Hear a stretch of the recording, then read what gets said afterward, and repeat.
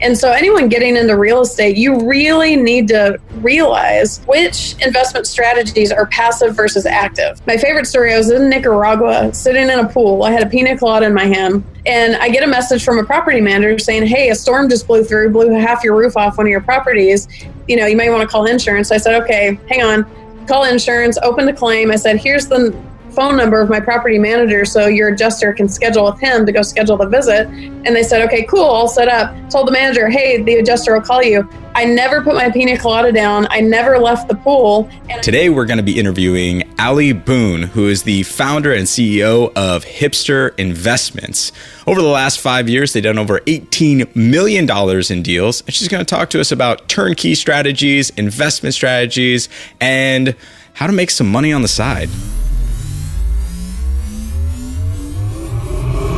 Welcome to the Unleash Success Podcast, where we break down the secrets of success to give you real tools and strategies that get real results. And now, here's your host, Corey Corpodian.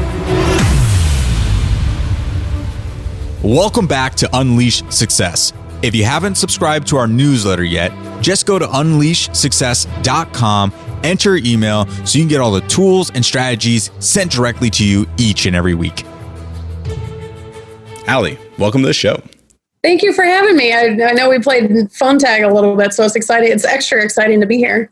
Thank you very much for coming on. I'm really excited because, as I said earlier, I do a little bit of real estate investing myself, and learning about your operation got me very intrigued. So I want to get started with, what is a turnkey exactly? So the term turnkey itself it technically relates to the condition of a property. So the idea, the term came from, like, in theory, you can stick a key in the door, turn it, and you're making money. Like, that's where the turnkey thing came from.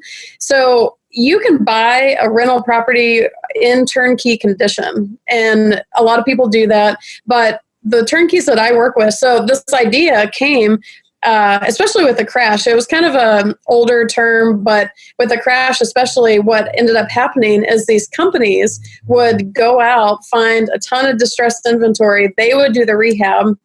They would place the tenants, and they would set up property management to manage the property once it was purchased. So what they end up offering is turnkey rental properties. So when I talk about turnkeys, I'm usually talking about the turnkeys that come from these companies, but it is technically the condition of a property. So you can go buy a turnkey property on your own, but I do it in bulk and with these companies directly.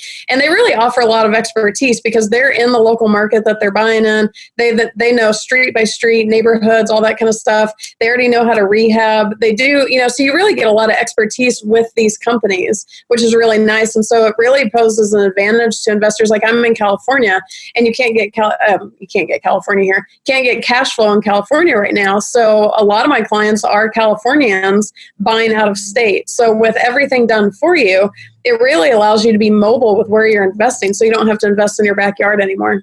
Why would somebody go in there, do all this work for you, and then hand it over the keys to you and you cash flow on the property? Well, it's actually a really good question. It was one of the first questions that I asked when I started finding out about it. I was like, wait a minute. If these properties are so good, why aren't they hanging on to it? And it's all about the business model. So if you think of an individual investor, if you own rental properties versus if you flip properties, it's two completely different business models on multiple spectrums. But essentially what the turnkey providers are I call them glorified flippers. That's all they're doing, is they're flipping properties to investors in bulk versus your individual investor. And so their business model is, they actually have to keep flipping these properties because that's how they fund the next one. So they sell one, that funds another one, and it's a snowball, constantly revolving thing. Whereas if they held all the properties that they find, they'd run out of money pretty quickly because, it's just like rental properties and flipping. If you just buy rental properties and you keep putting 20% down, you're going to run out of money. You can only put so many 20% downs in, but if you keep flipping it, then you cycle those funds. So it's, and I do know a lot of the turnkey providers do keep some of the properties for themselves, but for the most part, it's their business model to keep them going because otherwise they'd only be able to go for so long. Yeah, I guess that makes sense. And, thinking about it too, and I like the buy and hold strategy in certain market conditions. And then obviously, but if you put, like you said, 20% down and you put a lot of money into the house, it sits there. You can't actually use that cash. That makes sense. How did you get into this entire operation? And you say you started about 5-6 years now for Hipster Investments. What's your background? Well, so I got into this completely by accident. My background, I actually have a degree in aerospace engineering, and I was working in that field for, I guess it was about 5 years before I left it. And so I went to school for that. It was kind of like all the shoulds. Like I should go to school, I should get good grades, should get a degree that would give me a secure job. And so I did engineering. But the minute I walked into my first cubicle job, it was corporate. I was in business casual clothes. I was like, oh God, like I knew from minute one, it was not going to work. And so over the course of a few years, I just didn't know how I was going to get out of corporate. And I read tons of books and it's like, well, am I going to start a business? Am I going to do something in real estate? Because those are the things everyone talks about, but I didn't know what to do. So I hit it hard for a few years. I was doing my job, but I was reading everything. I was going to weekend seminars, praying, like, how do I get out of this job? And so I had actually decided to go the business route, ironically, but I didn't know what business I was going to start because I thought with real estate, it's like, well, that sounds cool and like something I could do, but I don't really want to flip properties or swing hammers, and I don't really have that much capital to go. So I was like, I don't think that's going to be it. So a couple of weeks after I decided to go the business route, I got this random webinar notification thing for some totally random investing opportunity. I was bored. I watched it. I loved it. I ended up pursuing it, and I went after it. And the guys that I met in doing that had this company where they introduced me to TurnKeys. Like they at the time they were promoting them in, I think it was like Phoenix and Memphis, like, markets change all the time. So I think it was Phoenix at the time. And so I kind of heard about this concept. I was like, that sounds kind of whatever. So I kept doing this other thing. But what ended up happening is Atlanta, of all the markets, this was around 2011, became like an investor's paradise for market fundamentals and the numbers. I mean, you could buy a dirt cheap house and rent it for a lot. It was just this like investor haven. And the guys that I met, they knew that I was from Atlanta. And they said, hey, just a heads up, Atlanta's coming. Like it's happening. And I was like, wait, that sounds cool. Cause I'm from Atlanta. Like I want to invest in Atlanta. So that's when I got my first turnkey, and then I started, but it was perfect for me because, I had looked at rental properties before in California. I couldn't figure out where the profit was. Like the numbers didn't really work. There were dead rats in the properties. And I was like, yeah. I don't do bugs. I'm pretty rugged, but I don't do bugs or rats. And so this turnkey idea really I was like, this is gold. Like, and so while I was still in my corporate job, I was like, well, I could at least be doing something smart with my money until I leave. So let me buy some turnkeys. So I started buying, I was telling everyone about it. It was like Christmas. And I was like, oh my God, I found this thing and it's so exciting. And oh man. And they're like, what are you buying? Because everyone else thought you had to swing a hammer too. I was like, oh, it's this thing and everything's done for you. And check out how cheap this property is. And I was just bananas. And so what ended up happening is I was just naturally telling so many people about it. And the guys finally came to me and said, listen, you're already sending people to us anyways. If you'll go get your real estate license, we can legally pay you referral fees. And I was like, well, that seems like easy, fun side money. Still not putting two and two together. And it ended up picking up so strong that I left my corporate job to pursue. That's what Hipster does now is we do referrals. And we're kind of a boutique referral company where I'll only send you to people that I've personally worked with myself. And along the way, once you buy one turnkey, it's kind of, the process is kind of just repeats after that. But the first time it's kind of scary. And so aside from the referrals, I really stay on as like a hand holder if you want me. Even once you own the property, if you need help, if you can't figure something out, you can always call me. So I used to call myself a glorified matchmaker. But now my second title is emotional support animal because that's kind of what it's turned out. It's actually, I think that's my bigger title more than the referrals because I attract a lot of new investors and people that want to do it, but it's still scary. You're still buying a property and likely thousands of miles away from you, and it's scary. So I just I like to present myself in this otherwise intimidating industry as just a friendly face support system. So ergo's Hipster. Yeah. And I'm sitting here thinking, okay, like if And the first investment I ever made was super scary. I just was like not sure what to do. And I luckily had, like, my parents were in real estate. They kind of guided me, but then I started doing deals that were outside of my like parents that they ended up like, they were doing stuff in Vegas long time ago. And when I started making money after I graduated and everything, I was putting money away and started doing deals in Denver, and it was a little scary, but I'm sitting there wondering, how do you get started? How much money do you need to actually get started with your first turnkey? Well, the turnkeys, they're not the easiest way in because you are looking at 20% down. So as long as you qualify for financing, a single family is going to be 25%. Multifamily, which there's not a lot of multifamily turnkeys right now. There were back in the day. Those are typically 25% down. So I would say that's one of the biggest downfalls is it's not a no money down deal. It's not even really a low money down. But, these turnkeys, you can get a phenomenal turnkey for $100,000. So looking at 20% of that, you're looking at about 20 grand and then some extra for closing costs. So if you have 25 to 30, you can get a really solid property. And we're working with some properties now that I think they go as low as like 65, 70. So, I can't think of the math on that, but 15, 20 grand, right, as long as you qualify for financing. But, too, if you don't have that, like I actually bought a handful of my first turnkeys. I didn't have the cash. Like I bought my first one with my money, but it's like, how many chunks of this money do I have? And I took on an investment partner. So, my thing in real estate is like, it's hard because it takes so many chunks of money essentially, but there's ways to do it. If you want it to happen, you can make it happen. Yeah, I 100% agree with that. There's always a way to find the money as long as you're, convincing enough to other people. I always use the example. Yeah, I like that. Yeah. Well, the example of Juicero was this tech company squeezing juice. They made $700 fresh press juice machines, right? And I always use this because it blows my mind. Investors sunk $120 million in this company. And then somebody on the internet was like, you can squeeze these fresh press packets with your hands. You don't need this $700 machine. And the company went bankrupt last year. It's like, it's like, whoa, $120 million. So, I mean, if you have a good idea that actually makes money, I think it'd be a lot easier to get people to invest with you.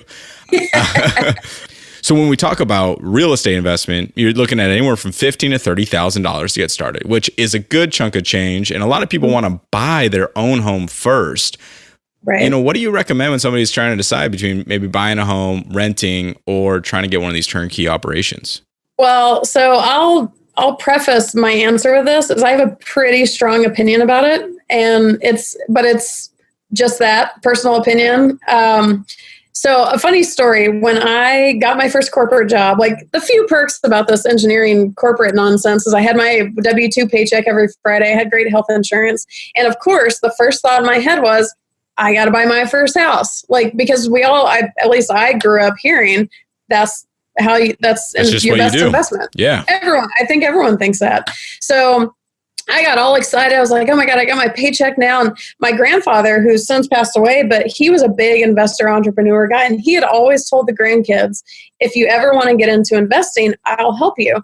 So of course I go darting off to Grandpa in New Mexico. I was like, Grandpa, I'm ready to buy my first house. How are you going to help? I didn't say it like that, but that's what was in my head. And he sat there all gruff and he was like, that's not an investment.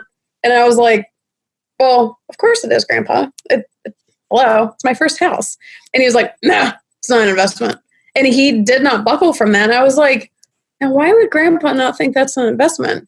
And my dad at the time, who is usually more on the, oh my God, I'm blanking on the guys. Who's the other financial guy not investing? I don't know. Anyways. I'm sorry, I can't help there. So it's like Dave Ramsey. He's more of the Dave Ramsey mindset. Dave Ramsey's more like budgeting, living below your means, that kind of stuff. So I was actually surprised when my dad said this. He goes, it's really not an investment. I was like, why is everyone around me losing their minds? Like, hello, of course it's an investment. So I ended up buying my first house. God bless it. I still have it. It's adorable. It's a rental property now. And it's purple. Like, I love that house. But did you say it was purple? It's purple. Yeah. I have a picture on my phone I could show. It's very cute. I still love that. I love that house. I wish I could pick that house up and bring it to California. But so fast forward years later, I get into real estate investing. And before I got into real estate investing, I didn't know numbers. I started exploring this industry having no idea what I'm looking at. It's like I see this foreclosed property with a dead rat in it, but I don't see totally where the money is, but I don't know how to run the numbers either. I didn't know what I was doing. So after learning all of this, I kind of sat back and I thought, oh shit, they were totally right. Like, I get it now.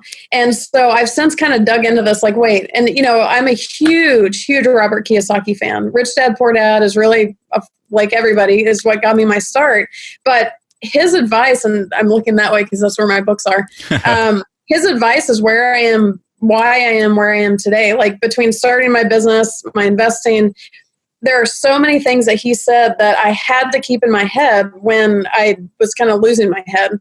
And so he also said, buying your own home is not an investment. And so as I start putting all the pieces together, with some possible exceptions, but for the most part, it depends where you live, what you're getting, if you're fixing up or whatever. But if you actually look at the money involved in buying your own home, the mortgage interest alone is gigantic. And so if you think about, well, if I buy my home now and it appreciates X amount in however many years, well, that's cool. But is it covering the mortgage interest for starters? It's probably not. The repairs and improvements that you put into a home over the course of however many years are typically fairly astronomical. Property taxes, like I was looking for properties around here in Venice, and the property taxes alone on a property are more than the current rent that I pay on my apartment. Easily, almost like double or triple. Like, it's insane. Insurance, when you break down the actual expenses, you would have to capture that much or more in an appreciation situation to be profitable. And it's not usual. If you can pay all cash for your own home, that's kind of another story. But the mortgage interest alone is a deal breaker. So I actually I'm looking at my cute little apartment right now. I rent my apartment now, and I only buy investment properties. So, Robert Kiyosaki says buy enough investment properties to fund buying your own home. But essentially, your own home is a liability. And now, after Grandpa, after Dad, Robert Kiyosaki kind of explained it, whereas my grandpa and my dad couldn't really explain to me what the problem was. But yeah, and going back, I'm pretty adamant that I'm a fan of renting where you live, again, depending on where you live, because if the numbers don't quite shake out, and buying investment properties, because that's where the profit is. Because on the investment properties, hopefully you're getting cash flow. All your expenses are hopefully getting paid, and you're building equity. There's multiple streams of income on a rental property. So that's my strong stance. Yeah, I read Rich Dad, Poor Dad, actually, after I bought my home, interestingly enough. I was going through the process as I was reading it. That's when I read it too. I was like, oh, now you tell me. Yeah, exactly. And it's crazy because, you just don't know what you don't know. And that's a perfect example. I grew up in a pretty much middle class family my entire life. There was ups and downs with the economy for us. But it was always like, okay, make more money, spend more money. And my parents got even into real estate and flipping homes, but flipping homes is a job. It's not really an asset. And they had assets, but they were flipping them. They weren't renting them out. And so that's why I'm really intrigued with turnkey operations and why I personally looked for multifamily type of rental investments. And so you start with, $15,000 to $30,000. You're looking at it. How much are you cash flowing? Like, what's your rate of return, or how much money are you getting back a month on your first property? Well, it really depends on two things. Number one, where you're buying, and number two, where we are in the general real estate economy. So when I started buying in Atlanta in 2011, hang on to your shorts. My first turnkey property was adorable little. There's a 2-story house at like 1,500 square feet. It's yellow. Like, it was really cute, freshly rehabbed in it's not a neighborhood I would necessarily live in, but just because it's not my kind of neighborhood. It's not a bad one by any means. And it was $55,000, and it currently rents for $1,100. So like, that cash flow is pretty hardcore. I think the mortgage on that right now is $500 a month. And then, take out whatever, and that's with insurance and taxes, and then take out whatever random repairs. Like, that's a pretty hardcore cash flow. But that was in 2011. So that's when the market was still coming back up. Nowadays, nothing's on sale right now is the problem. So if you buy a property now, people ask, they're like, well, what returns are you getting on your turnkeys? I'm like, you don't want to know because you're not going to get it right now, which is just reality. So where we are, you're going to pay higher prices. But I would say in general, you're looking at 7 to 9% cap rates. So that kind of speaks to the cash. It doesn't really tell you a number. Cash on cash totally depends on your financing. You're probably looking at like 10 to 12% cash on cash. And keep in mind with turnkeys, there's a couple, people say, well, this sounds too good to be true. One bummer about them is you are paying market value for the property. It's freshly rehabbed or redeveloped in some cases. Like, you're not getting this at a discounted rate. So you're probably not starting with a lot of equity, but it's kind of a slow and steady wins the race type of situation. But cash, I can't think of right off the top of my head what the cash flow. I mean, you're probably looking at anywhere from $150 to $350 in cash flow after financing a month. Again, depending on what purchase price you're buying at. Right. Yeah, it's a small thing, and so people are like, wait, why would I want to only get say $200 a month? But see, when you run the equation, so the cap rate is it's really just a designator of what kind of price you're getting on the property. Whereas when you look at the cash on cash, you're actually comparing what you're netting in profits versus what you put in. So if you say $200 a month compared to the 20 grand you put in, that's actually a pretty substantial return. And so it's like, oh, wait a minute. Okay, $200 a month doesn't really seem like it's going to get me a lot. But when you compare it to what you're putting in, and if you slowly build that, because think about, let's say you have groceries as an expense a month, your rent payment, and car payment. So your first turnkey covers all your groceries. Your second turnkey covers this and this. Your third turnkey covers this and this, or any rental property. And when you actually map that out, it's not as big of a stretch to get to some level of financial freedom with rental properties. But, and that's just the cash flow. So any appreciation is yours. You're paying down your mortgage via the tenants. So you're building equity at the same time. You're getting insane tax benefits. And it's actually a hedge against inflation, because as inflation goes, that's the best thing that can happen to a rental property, because you're still at the original price that you paid for it, while, everything, so that's just the cash flow number. But there's a lot of income streams. And a caveat too, any rental property doesn't necessarily cash flow. Like, you have to be strategic in what you buy, but the turnkeys for the most part will all come with cash flow. And so, just thinking about that, like $200 a month on a $20,000 investment, looking at cash on cash returns, maybe you're right. The cap rate's not very high, but cash on cash, you're going to be getting over 10% back on your money every year. Not to mention that if you keep that property for 10 years, it's definitely going to appreciate. I mean, I think they say real estate usually doubles every 10 years, but depending on what cycle you are in the economy. And so, so what's the downside to doing this turnkey stuff? Why is everybody not flocking to be like, all right, let's go. I want to make money. And that was actually my second question of wait, why would they not hold the properties themselves? My second question was, this seems too easy. What's the catch? And number one, you are paying market value for the most part, which goes against a lot of, if you have the ability to buy something cheap and fix it up and force that appreciation on the front end, cool, do it. But I like sleeping in, and I like going to the beach, and I don't want to work. And so, whatever, I'll pay the extra money. I'll pay market value if it means that someone smarter than me is doing all the work. And so that's number one. You're probably going to pay market value. Number two is, back in the day, and I'm one of the biggest culprits, and I think my website, something still says hands-off real estate, is I used to advertise them as hands-off, because technically you should be able to be hands-off. But the reality is you're still buying a rental property. So number one, before you close on it, you've got to do your due diligence, verify everything people are telling you, check everything out, property inspection, all that kind of stuff. But what I have found over the years is that when it's kind of set up this dummy style investing, anybody can buy these rental properties, it's true, but I don't think everyone should buy them. I've run into some people where something starts happening, maybe the property manager starts losing their mind, or a tenant gets evicted. You're still dealing with rental property problems occasionally.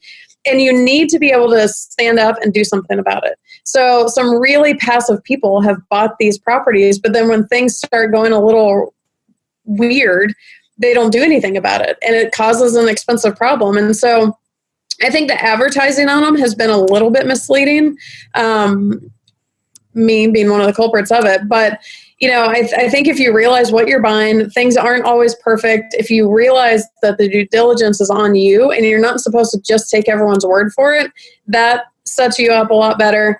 I feel like there's one more downside that I'm missing. If I think of it, I'll interrupt you. Well, perfect. I'm already thinking too, though, is that, especially buying a property out of state, very scary, in an area you're not too familiar with, very scary. Right. And, do you have people who part of this turnkey operation who help you get a property manager, who help you get tenants? And then, because you could be in a property and maybe a year later the tenants move out and it's like, you don't know anything, or maybe they, damage the property. Like, how do you have someone checking in on your property and how does that all work? Actually, a really good question. So the turnkey properties come with property managers. So from the minute you close on it, somebody's managing your property. That's awesome. So actually, I just did a podcast a couple of days ago, 100% about property management. There is a downside to property. Like, property management is one of the most frustrating things possible because it's really hard to find a good property manager. And just because the turnkey comes with the property managers that come with a turnkey, in my opinion, they have a greater incentive to perform well because the turnkeys are being sold in bulk. So, if you go get an individual property manager on an individual property, and they're making $100 a month, like, there's not a lot of incentive for them to really perform. But when they're part of a bigger operation, they have to perform because investors buy multiple properties. So it would behoove a turnkey provider to provide a good service because their buyers are going to come back. And part of that service is the property management. So if everything's great, and the property's great, and the selling's great, and everything's great, but then the property management blows, they're not going to come back to the same seller. So, it's a little bit more intertwined into the process. But with that said, I don't have any of the original property managers on any of my properties. At some point, they started to suck. And this was back when, like, in 2011, that's my example year, there were a lot of turnkey providers because it was like an investor's paradise. Everything was on sale. So everyone and their moms became a turnkey provider. Nowadays, it's not so much because it's more strategic. The ones who weren't very good have fallen out. So I don't see the same problems with property managers now that I ran into. But the fact remains, property management may not be perfect. So what happens is you're off the hook for dealing with tenants, evictions, damages, maintenance calls. You're 100% off the hook. It's part of the model is that you should be able to not have to deal with your property and you get all the benefits of it. The only thing that I tell people at that point is your job now, because you don't have to deal with toilets, is your job is to manage the manager. And my policy is with the managers, if everything's going fine and I'm getting paid every month and all's gravy, they don't hear from me at all. But occasionally I've seen cycles with property management where, especially in the case of, like, if you find this isn't the case with turnkeys, but like if you find an individual property manager and they're fantastic, but then they grow too big and they have too many properties and then they just kind of float off into space, it's up to me, the owner at that point, to do something about it, because a property manager will absolutely make or break your investment. You can have the best property in the best area with the best tenants, and if that manager sucks, they could tank you. Versus you could have a really shitty property and have an excellent property manager and you can be golden. So you just have to keep an eye on the manager. Like, that is your job. But while, managing people is not always super fun, but like I said, if everything is going fine, you don't have to do anything, but you don't have to take the maintenance calls. You don't have to fix the toilets. You don't have to I've never even had a key to my properties. I've never even met one of my tenants. It's great. That's amazing. Yeah. I love the ignorance is bliss. When I see my properties, I get stressed about them. So it's great for me. But even with the hiring and firing of property managers, if that's required, I've never not been able to do that over the phone. So, I've met a lot of my managers in person, but that was more just because I happen to be in Atlanta. So, but yeah, turnkeys come with property management. So everything should be continuously covered for you. And how much are you paying these property managers? And is that included as part of your expenses so that you're still cash flowing that, $200 on that investment? Yeah. So like if I say, so typically property managers charge about 10% of the monthly rent. So if they're collecting $1,000 in rent, they'll take $100. Sometimes you can get it as low as like 6 or 8%, but just assume 10%. So when I say, if you put $20,000 down on, and I'm making up a hypothetical property, I have to look at an actual one, but if you put the $20,000 down, that $200 cash flow that I'm talking about is including your mortgage payment, which also includes your taxes and insurance, property management fee, and it's including an estimate for vacancy and repairs. Because if you run your numbers and don't think about vacancy and repairs, your numbers are going to be off. So what's really cool about it is if I show you a property, I'm like, hey, this property is available in whatever city, and you see that 200 number, that number is with vacancy and repairs. So at least for the first year, maybe 2, you shouldn't have vacancy or repair. So you're actually going to get more than the number that I tell you. So it's better to be conservative on the numbers, but and any expense, anytime you're running the numbers, whether it's an HOA fee, a condo fee, property management, utilities, whatever you have to pay on a property should be included in that expenses, and the property management fee definitely is. Oh, this is all just fascinating. I mean, I find that I love real estate investing, especially for creating streams of passive income. Yeah. And I feel like the barrier to entry is kind of what always stops like our generation of people, especially because, we saw the stock market go up and then crash. We saw the housing market go up and then explode. And so it's like this hesitation to investing in things that what we've seen in the past have not worked out very well. And then other people look around and they go, oh, that person's making so much money. They're making hundreds of thousands of dollars. But how are they doing that? But then this guy, it's like, wait, what's the difference? Right. And so where do we get started? Where do we find the turnkeys? How do we vet people? And how do you gain that level of trust where you say, all right, yes, I'm ready to give you $20,000 of my money? Right. And I will definitely answer that, but I want to touch on what you just said about like these market cycles and boom and bust and stocks climb and crash and whatever. What people don't realize, so if you buy a property completely based on appreciation and assuming it's going to appreciate, you're going to be in that wave of the boom and the bust. Versus if you buy for cash flow. So let's say I buy a property right now when prices are high, and I'm making my $200 a month cash flow, and the entire bottom of the real estate economy drops out, it really doesn't affect me because the value of your property does not matter unless you're trying to sell it or refinance it or buy one. So I'm not trying to sell it, so I don't care what the value is. And assuming I'm in a stable enough market where the rents don't drop, I just go about my business and I keep collecting cash flow. So it's a really good differentiator, to your point, is where you expect profit to come from on a property. And cash flow, because a lot of people don't buy for cash flow. A lot of people in California buy solely on this idea of appreciation, which rightfully so. California is insane for appreciation. But, I actually just went in with some partners on a duplex in Venice, local to me. And if, we're not positive cash flow, but really it's a rental property, or whatever, but that would matter. Whereas if you buy with solid cash flow, which is what the turnkeys offer you, you really don't have to worry about those boom and busts quite as much. Now, if you're in a market like Detroit, that the entire city falls out, that's a different story. But as far as those cycles, you protect yourself a little bit if you keep cash flow in mind. Thank you for mentioning that too. I mean, yeah. I think it's very, very important, like you said, to understand that there are cycles to the economy and that we are going to go up, we are going to go down. And as opposed to looking at this as a house for appreciation, I usually look at rental properties as a business, and the business itself makes money based on these parameters. And usually when the market goes down, people tend to rent more. So there's usually a little bit more renters and a little bit of cash flow or even breaking even. And I even look at, Robert Kiyosaki talks about this as well. You look at the tax breaks. Even if you're breaking even, you've got no cash flow, you'll be paying less money in taxes. So you're still earning more money. Well, and that's the thing with a rental property. I mentioned a few income streams on them. There's really 5: cash flow, appreciation, equity pay down, more equity build via mortgage pay down,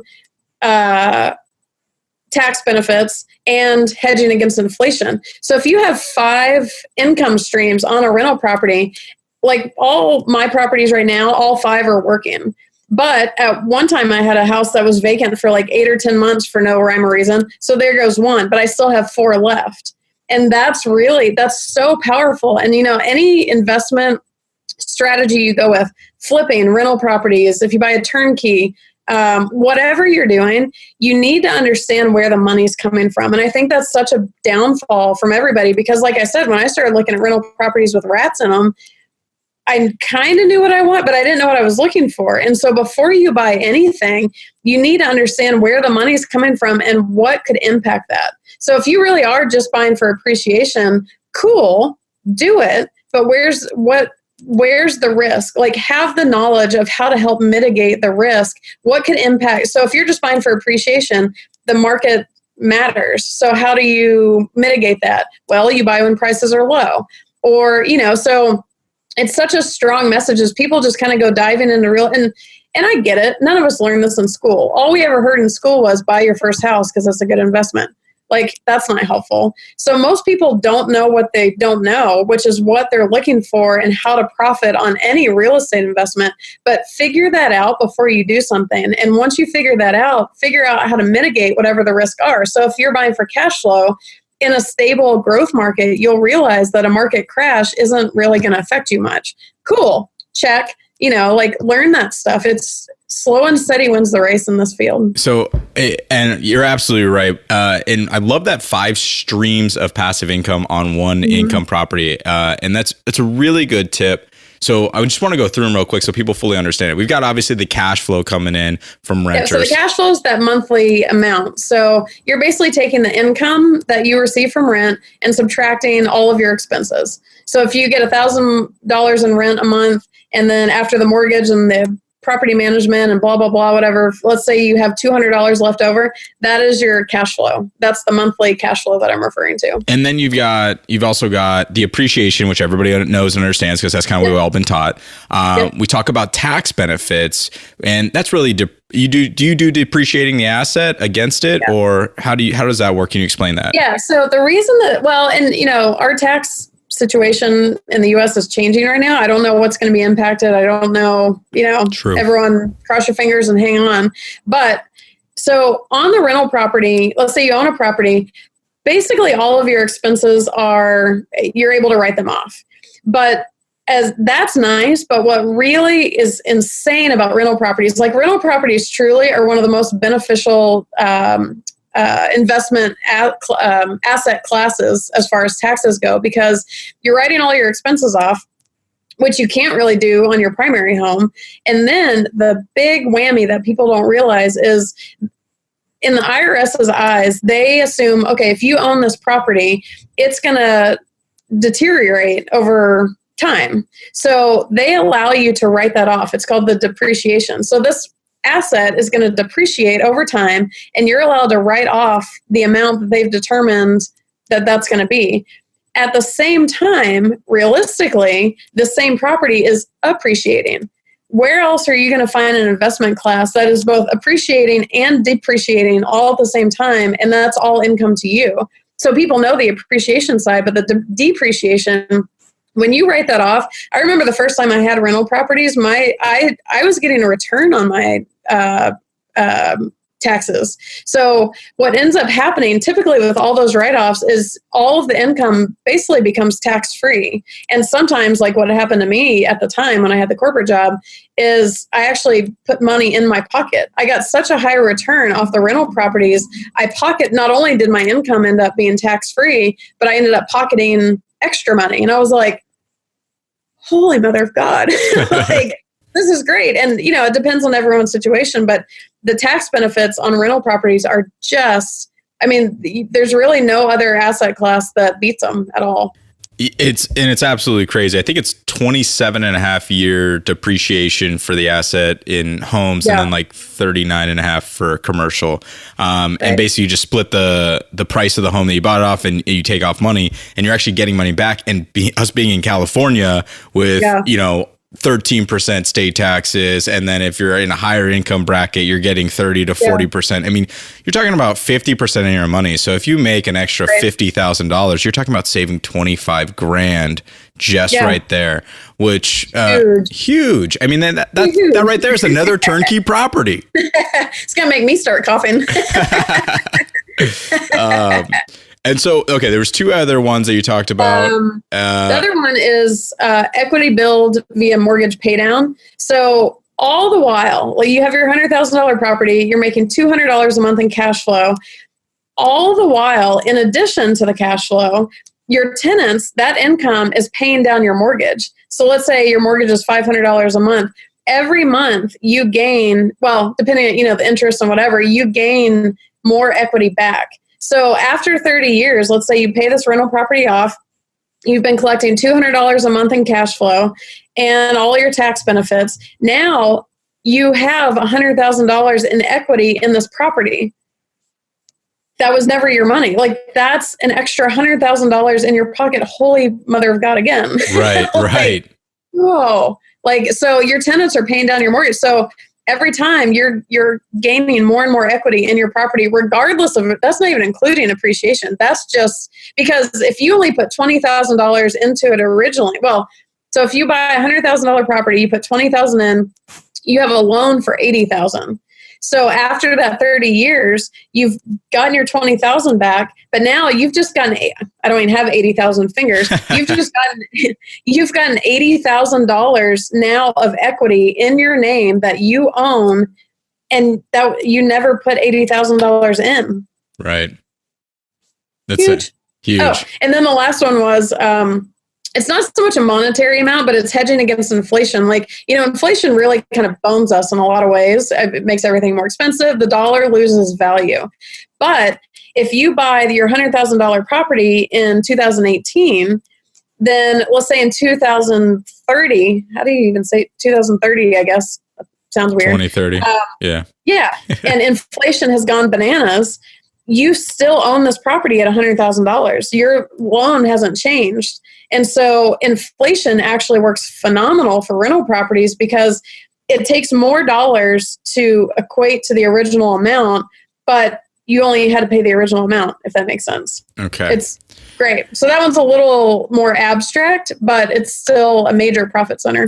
And so, I mean, obviously you're super smart. Did you work for NASA? Is that right? Like something like that? Well, a few people thought I worked for NASA, and so the word got out, but I actually did not. I was working, but it's one of those internet rumors. I know, and I know the source of the rumor, and I'm like, oh God. I did actually work next door to NASA. I was a top secret flight test engineer by the end of my career. So holy cow! I've seen all the cool stuff. I've been to the cool place. Like I think what I did was cooler than NASA. Oh. So I was a defense contractor, so I did all the military, all that kind of stuff. I just love that as a little bit of a side note to looking at how in depth you've analyzed these properties. Obviously, you're really, really smart. You're looking at all these options. And so for people to get comfortable, like understanding, like, you chose one path of success and then realized that there was a different way to do things and in a way that you wanted to do it. Right. And so I wanted to get back to one of the other questions, but just on the line of it, what is success to you right now? So all the engineering aside, the numbers aside, we've talked a lot about the technical, the numbers, like the logistics of it and whatever. All of those aside, success for me is happiness. Like if I am happy in my life, I've succeeded. And I used to think when I was a young teenager, I remember thinking, I want to make a ton of money. Like it was a challenge for me. I was like, oh, I'm going to figure that out. And it stuck with me through a lot of adulthood. And now, I mean, money's great, but it's not my source of happiness anymore. Like truly one of my biggest joys in life, and it's so embarrassing to say it, I love sleeping in. And like, it's not even so much sleeping in, but it's waking up when my body wants to wake up. That joy in my life is huge. And so no matter what you get into in investing, no matter what you're doing with your job, it's lifestyle design. Like Tim Ferriss is another big author, The 4-Hour Workweek. He really presented this idea of lifestyle design. And it's one of my favorite things to talk about is figuring out how to structure your life so you're happy and you're fulfilled.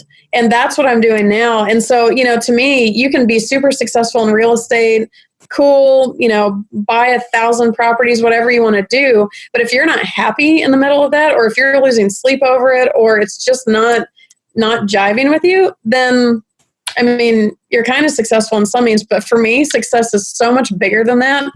It's kind of is what it is. And I think what you're talking about too is, like, for me, at least what I see in why I invest in real estate a lot of times and why I work so hard now is the freedom, the freedom to do what you want to do.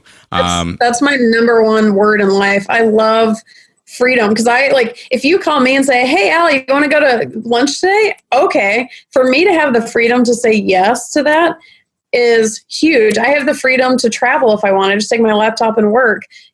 Freedom is, it is real. Like I can't even put into words like how joyful is the best word, like how amazing that freedom really is. But with real estate, you get to structure.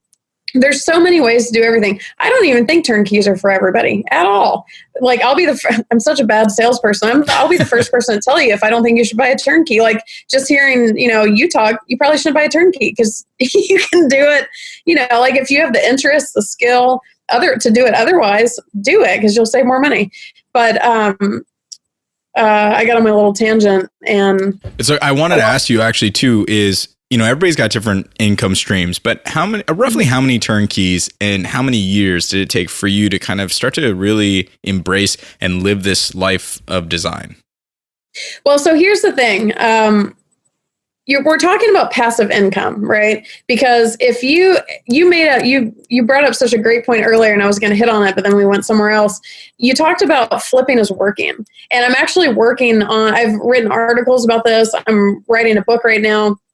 It's this idea of passive versus active income, and so anyone getting into real estate, you really need to realize which investment strategies are passive versus active. So one of the most popular, I'm writing this chapter in my book right now, is about wholesaling. You go to some weekend seminar, you're a brand new investor, and everyone's like, oh my God, you should wholesale. It's the easiest thing you can do. No money required, blah, blah, blah. It's kind of true, but it's not investing. It is 100% a job.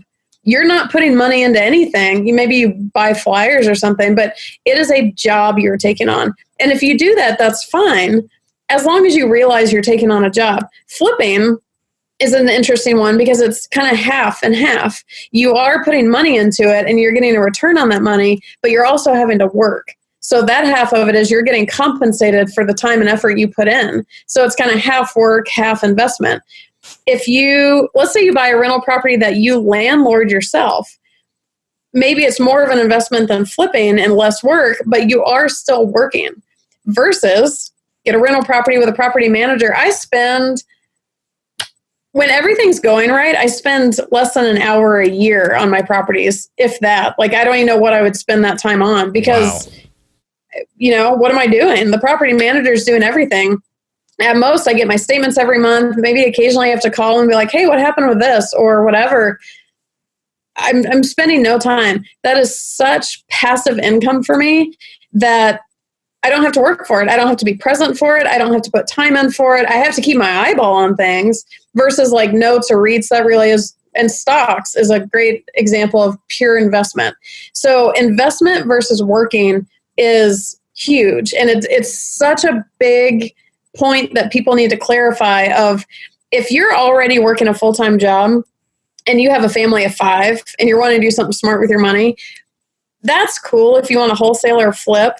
But understand that you're now taking on a second job in addition to your full-time job and your 5-person family. Do you want to do that? I don't know. Maybe you have that skill set. But for me, with my life, I would prefer to go to the beach. My favorite story, I'll keep it super fast. My favorite story, I was in Nicaragua sitting in a pool. I had a pina colada in my hand. I was actually there for real estate. And I get a message from a property manager saying, hey, a storm just blew half your roof off one of your properties. You may want to call insurance. I said, okay, hang on. call insurance, opened a claim. I said, here's the phone number of my property manager so your adjuster can schedule with him to go schedule the visit. And they said, okay, cool, all set up. Told the manager, hey, the adjuster will call you. I never put my pina colada down. I never left the pool, and I never did anything else with it, and I got a new roof. All I had to do was write the check at some point for like the deductible, maybe. Like, it's huge to differentiate those things. So with this idea of passive income, so how you invest is going to determine your level of passivity, if you will. So you can absolutely, while you have your job, get enough properties to fund that kind of life. Like, you can get to financial freedom, whatever. I actually dipped out early because I was working top secret stuff. I didn't have enough access to unclassified computers. At some point, I couldn't work my real estate stuff. So I bunked out of my job before I was able to buy enough properties to fund my life. So the whole other side of passive income is if you start a business, how you structure that business. Like right now I have employees, my business is all online. So I could go to Thailand tomorrow. I went to Mexico for a couple days this week. My girls just, kept an eye on things for me. So my personal life and why I can sleep in and why I can do whatever I want and why I can say yes to lunch is a mixture of the real estate, passive investments, and my business. Some people do it all the business route. Some people do it all properties. I'm a mix of the two of them. So it's something to keep in mind as you go. And, the more you can do like I call myself a mutt. I have my real estate company. I've gotten into business consulting lately. I still fly airplanes. I teach it as like a fun side gig. But all of those things, I can just block myself off the schedule and be like, I don't want to work on Tuesday. And I'm like, I'll go fly on Wednesday instead. I have that freedom and that flexibility. So it's, when you get things going like that and you get that passive income, everything changes. Sounds like you're living the dream. I mean, pina colada, just all set up, all done. No big deal. Got my toes in the sand. Yeah, exactly. And so roughly how many years for you was that? And I thought it was hilarious, by the way. I think you said you couldn't get your hands on an unclassified computer to be able to do it. Right. So you had to actually leave a little earlier, so how many years was it for you? So, let's see. I was with my corporate job for just shy of 5 years. So at starting point zero, like ground zero of this whole thing for me, I knew nothing. Like, I think it started with Rich Dad, Poor Dad. I had zero going. So from zero to leaving my corporate job was about 5 years.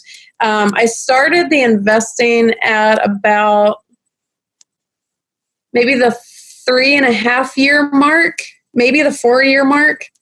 Might have been about 4 years before I actually started investing, because that started before I left corporate. So I started investing in the properties, started building the business. Hipster was born. I still had I was trying to hang on to my engineering job because I wanted to eat and have health insurance and, those small things. But yeah, eventually I was traveling every week to a top secret location. So most, I hope no one from my old company is listening to this, but for the most part, I did all of this while I was at my job. Like, I didn't do anything in my engineering job, except build my real estate company. But as I lost access to unclassified computers, there was one kind of, but then I had to wait till everyone cleared out, and then I'd scoot into that one. I couldn't balance the two anymore. So I ended up leaving actually before one of my properties closed, because I was doing it with my W-2 and we had to switch over to private financing because I quit too soon. But, I do recommend a little bit more of a nest egg if you're going to go that route, but For sure. So roughly 5 years is kind of like saving money and then quitting your job and then starting this. And that's for getting into investing, starting my own company and trying to get the ball rolling with the company. That's a lot in 5 years versus if you're not necessarily trying to quit your job and you just want to invest, you can buy a turnkey tomorrow. So it really is what you want to do. I wanted to get out of corporate. That's a much bigger task than just investing, because you can easily just start investing tomorrow and build from there and kind of do whatever. So, I caveat that with mine was I was trying to achieve pretty dramatic things. So hence, because if someone hears 5 years, they're like, oh my God, it's going to take you 5 years to learn this.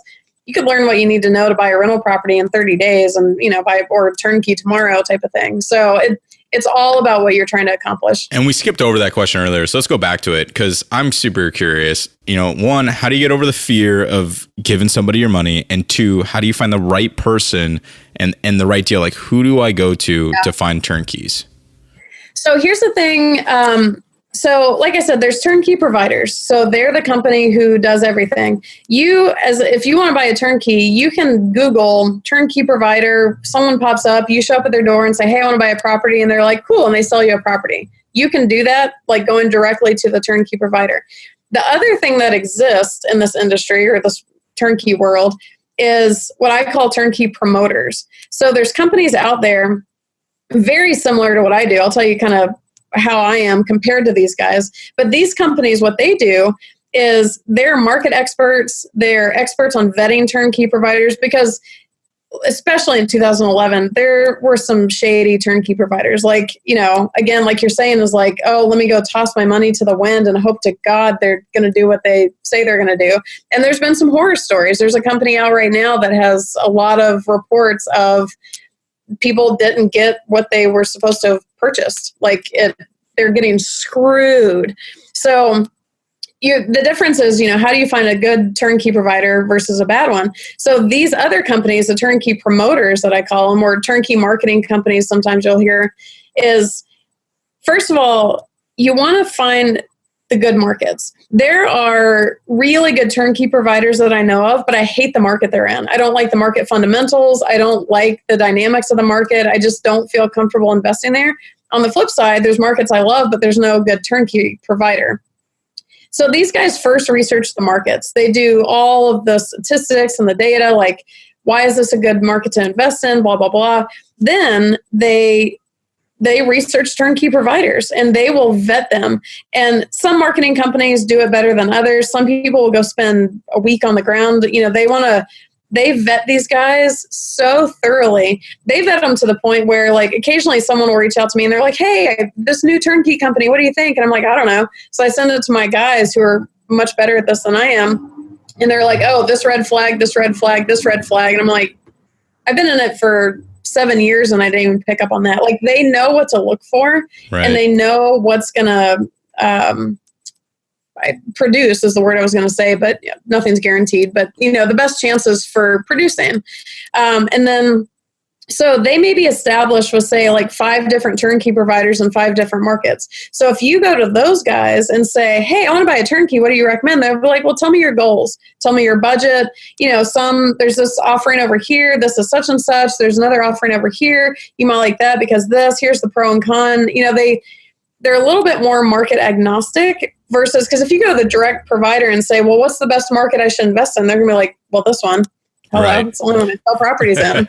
So these promoters, marketers, whatever you want to call them, they can be a little less biased. They can say, well, here's what we have, based on what you're telling me, this might be a fit for you. You can also look at this, blah, blah, blah. And then the key thing, this is such an unofficial claim, and it is not in writing. It's not a for sure, but this is my experience of it, is that if the turnkey marketer says, oh yeah, I'll support you going to this turnkey provider, and they send you there. So, well, let's go back a second. If you, the individual, go direct to the provider, they sell you one property, there's not a lot of incentive to not completely screw you. If something disastrous happens, you're one buyer of hundreds or thousands, no big skin off their back. But if you show up via the marketing company and say, hey, I'm part of this big crew, they're going to be, not that any of them will intentionally screw you, like if you're just an individual investor, but if you come in, it's buying power. Right. So even if you only buy one turnkey, you're part of this network that's buying hundreds, if not thousands. So, to me, it's a little bit of an unofficial leverage point where you're not officially protected, but to me, there's a lot more help. And so where I come into that equation is I'm much more related to the marketing promotion type of guys. They're a lot more technical than I am. I'm the smiling face who offers emotional support. This is not an emotionally friendly territory. Real estate investing is hard hitting. They can make you cry. Customer service is not required in this industry. So where I come in is I'm also one of these middlemen, but I try and be there on the emotional front, like help you, the friendly face that's going to answer questions, whatever. So if you want to go buy a turnkey, you can absolutely go direct to a provider. But if you want help with it, and what market should you buy in? What should you buy? How do you know if the turnkey provider is good? What's the process? This guy hasn't responded to me. What do I do? Like, I really encourage you to work with other people. I'm a free service. If you come to me, I do all of this for free because I get paid on the other side. Same with the marketing companies. They get paid on the other side. And so what do you say to people though who say like, okay, well, you're going to send me to these guys because you get a commission off of that. And I mean, that's kind of like how a lot of businesses work, but still it says like, how do I know I'm getting the best deal? It's a great question because it's a chicken or the egg. So I've been accused in the past of like, oh, well, of course you're going to send me to these guys because they pay you a referral fee. Like, fair. I see your point. But I actually started referring for these guys before I started making referral fees. And since I got into this industry, I'm pretty well known in it.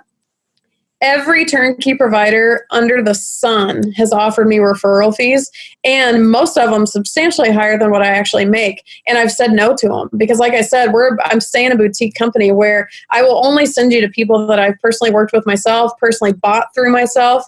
And if I haven't bought through them, I have so much experience with them, I would send my mother there. Like, that is so key for me because for me, this is a long-term relationship situation.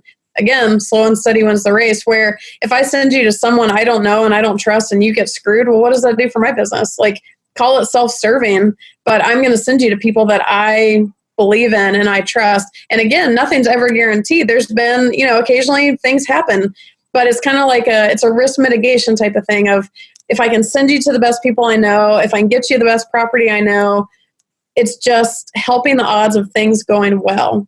Yeah. So it's, again, and I tell people too, like, because I'm a free service, check out what I work with and then go compare it to whatever you find anywhere else. Like, one of the best ways I think with anything, real estate investing, even clothes shopping or whatever you want to do, is shop around, because I can show you everything I work with.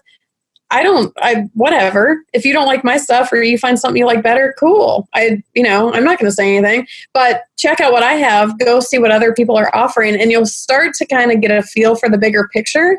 You'll be like, oh, okay. I see kind of where the returns ranges are. I see where the price ranges are.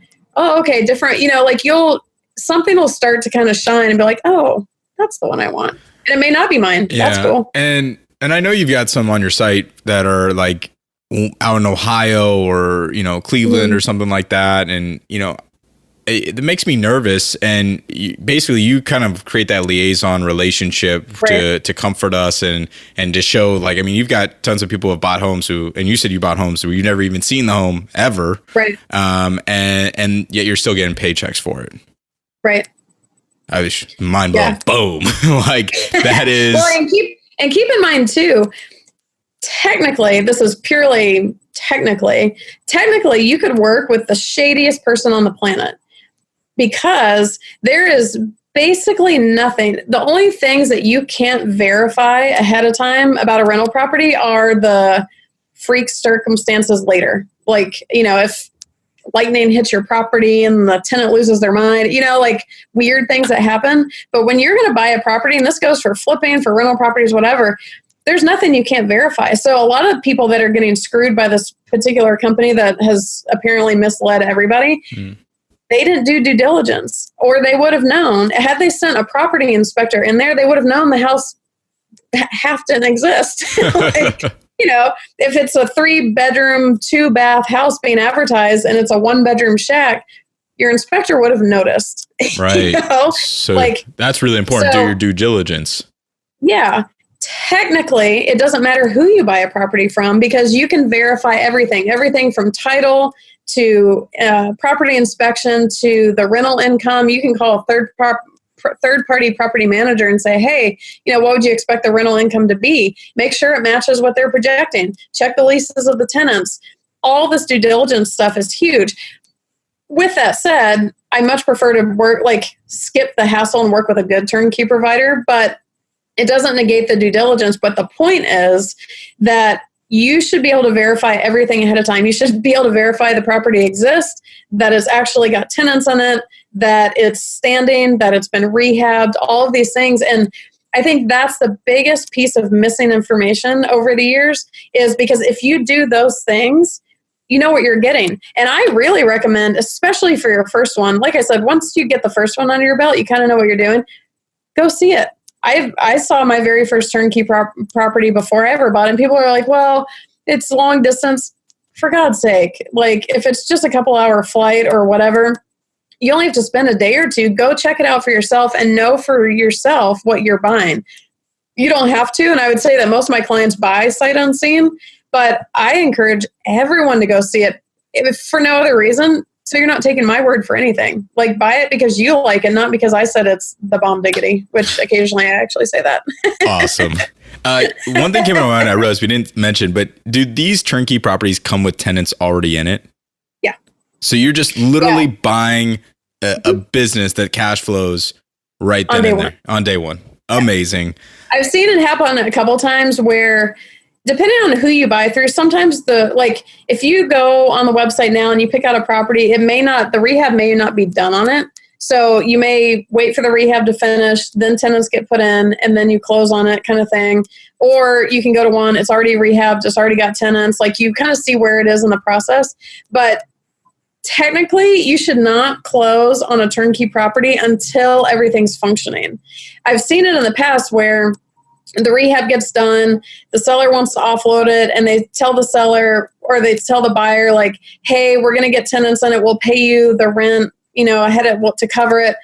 You can do that, but I recommend getting the tenants in first, because you want to verify that you're getting the income that's projected. If they're projecting $1,300 a month and the tenant comes in at $900, well, it would have been nice to know that ahead of time. So with the turnkeys, it's nice because if you think about it, everything that happens before closing, same on video, before closing is on the seller. It's all the risk is on them. You aren't obligated to anything. If anything doesn't shake out like it was advertised, you have the right to leave the property and never close on it.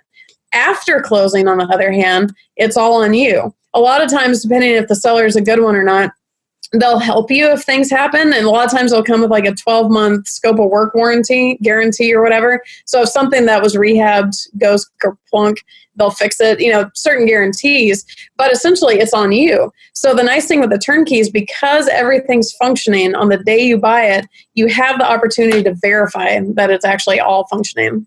Yeah, I love it. I love the entire thing. I've learned so much, and those are some great tips to avoid some, I think, just early common mistakes for first time, turnkey buyers. So thanks for going over that. And part of Unleash Success is always about, what is the biggest action that's going to give us the biggest bang for our buck, the biggest result. It's kind of like the 80-20 rule I talk about, sure you've heard it, Pareto principle. And we talk about, 80% of results, but come from 20% of actions. It's just what action should we take? So of all the things we've talked about, what is like the biggest action you think we should take to get involved in turnkey operations? So I'm gonna give two answers for two different scenarios. If you just straight up want to buy a turnkey, the best action would be to email me. And I love it. No, perfect. If you're like, this is what I want a turnkey, reach out to me. I'll show you what I work with, and even reach out to a couple other people and see, just as if you're going shopping, like pull up, like, okay, this market and this property. Okay, cool. Scout it out, shop around, and then pick your property and go. If you're not ready to pull the trigger on a turnkey yet, I think the best action is education.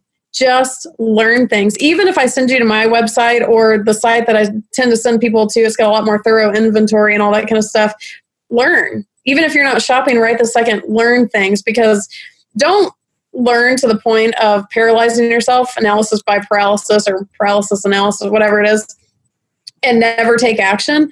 But at the same time, like we talked about earlier with the income streams or flipping properties or appreciation, all that, learn what you're aiming for. Like, because if you just kind of blindfold yourself and, shoot a dart or an arrow or whatever, like, who knows where it's going to go? At least figure out where the bullseye is via education, and then make your move. If you already have identified the bullseye and you want the turnkey or you want whatever, then, reach out and see what's out there, because you can literally put one under contract quickly, immediately. And I think you write blog posts for Bigger Pockets, right? Is that one of the websites? Yeah, that's a great source as well. And what's your website so people can kind of look you up? So my company's website is hipsterinvestments.com. And if you go to that site, we showcase a property every week. But like I said, I have access to a much more thorough inventory. So reach out on the contact page. If you reach out on the contact page, you'll probably hear from Melissa, and she can send you access to that inventory. We don't pitch it to everyone because we do try and filter a little bit, because we don't want to send the masses to these guys because they're already busy enough, type of thing. But we can send you that. We have some resources on our page. There's some more resources there. And then you can always email me directly to Ali, ALI, at hipsterinvestments.com. How did you come up with Hipster Investments? So my intention with it was to make people click, which it worked.